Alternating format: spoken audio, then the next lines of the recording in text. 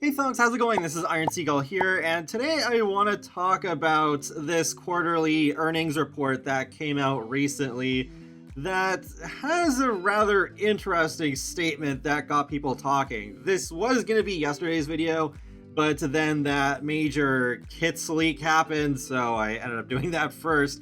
But yeah, I think it's getting misinterpreted, and I wanted to give my take on it.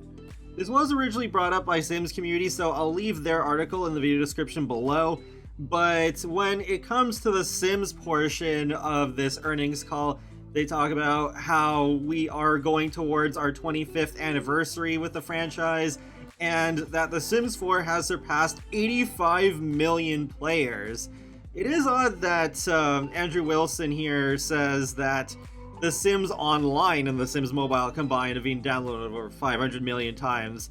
I think he meant to say The Sims Freeplay. The Sims Online was retired many years ago. That was during The Sims 1 era, so yeah, I wouldn't look into that as like some kind of hint that they are doing like a Sims Online revival. I think Project Renee is going to be the closest thing to that.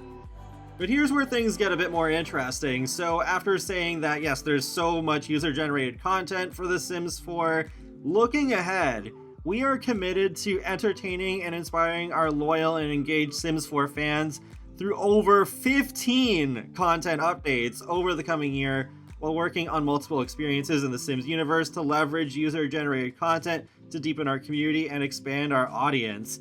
So 15, that may sound like a comically high number at first, depending on how you look at it, because when we look at the term of content updates, I think many of us think of free updates, because it's like, oh, when it comes to paid content, that's when we call them packs or kits.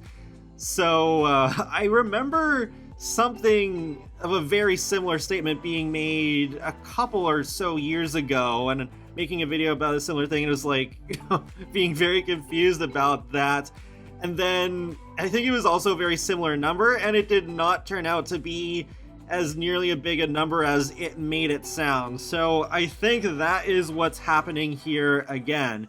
It's an umbrella term, not that we're getting 15 packs in the span of 2024. And also, with this being regarding like fiscal years, this would be including until the end of April of next year, not until just the end of this December. Also, back when I did that other video, I don't believe kits or Sims Delivery Express drops were a thing at the time, but now that they are, then it can go up to that number over the next 365 days in not too difficult a fashion. And then with game packs seemingly being on the back burner for a while, then it's like, okay, then we'll probably get more stuff packs instead. Expansion packs, well, we could end up getting 3 in the span of the fiscal year. I just don't think we'll get 3 expansion packs in 2024, especially that we're almost halfway through the year. We would have had one by now if we were going to get 3 in 2024, but then maybe in spring of 2025 we would get an expansion pack, so then there would be 3 expansion packs within a fiscal year. What I'm trying to say is don't expect a whole lot more content just because of this statement. I think more likely than not, it's going to be business as usual. Perhaps we may get 1 less expansion pack, but then when it comes to everything else, when we get at least 2 to 4 kits every quarter, and also the Sims Delivery Express drops, we usually get 1 or 2 of those per quarter, and then we're probably going to get at least 2 expansion packs a year if they're going to put game packs on the back burner, and maybe also little bits of content in our more conventional patches, then yeah, it doesn't sound like as high a number as it may be initially. It is a little bit of a strange time right now because so far we haven't really had anything that major in 2024 apart from Crystal Creations, and we're already halfway through May and we still don't have the roadmap for this current quarter, so it could end up being pretty slow apart from probably an expansion pack in July. But yeah, it's just like, okay, maybe we'll have a better idea of what to expect for at least the next few months come Tuesday. But it does feel like it could still go either way. Like, we could have another pretty slow quarter overall, or things could ramp up really quickly. I just wish they'd focus more on fixing bugs, not just when something really game-breaking happens or when a new pack is about to come out that will introduce more new problems. Then they could boast about even higher engagement numbers than what they already have just from getting new customers.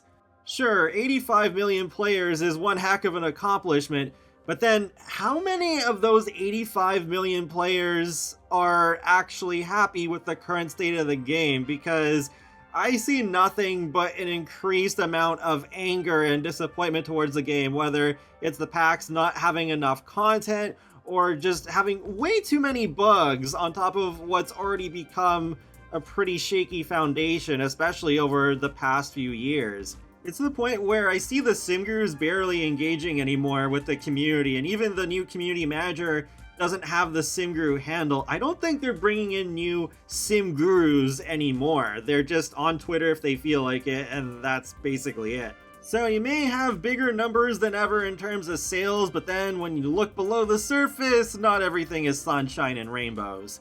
Anyways, I've said my piece, so I'll leave off this video here. Feel free to let me know your thoughts in the comment section below, and be sure to subscribe if you'd like to keep up with my latest gaming content. I will talk to you all later, and have a great day. Thanks for watching.